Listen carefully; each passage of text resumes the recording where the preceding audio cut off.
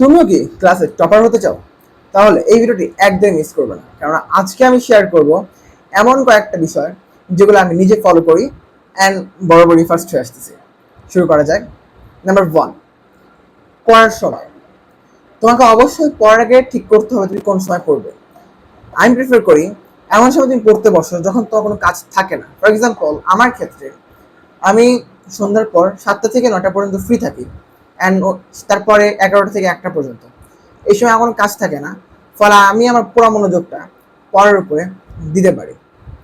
দেন hard সাবজেক্টকে দূরে রাখা, ইজিগুলোকে আগে শেষ করা।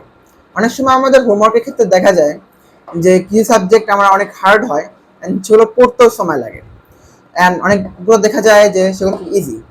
সো আমি প্রেফার করি সবসময় যে যে সাবজেক্টটা তোমার জন্য ইজি মনে হচ্ছে তুমি আগে সেটা শেষ করো, ফলে তোমার ব্রেন ইজিগুলোকে শেষ করার পরে হার্ডটা ধরলে সেটা শান্তি পাবে।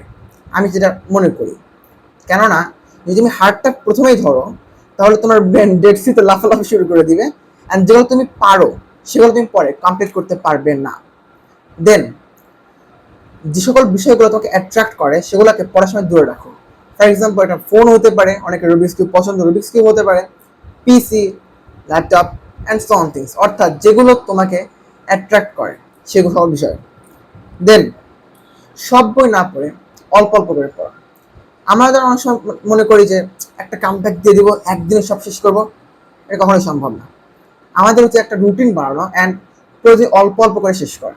এর ফলে আমাদের ব্রেনের উপর চাপও হবে না অ্যান্ড আমরা নিজে আস্তে আস্তে শেষ করতে পারবো। কারণ আমরা যদি একদিনে কামব্যাকের চিন্তায় সব বই শেষ করার চিন্তা করি, আমাদের কখনোই আমরা কিছুই করতে পারবো না। সো আজকে এই পর্যন্তই। টাটা।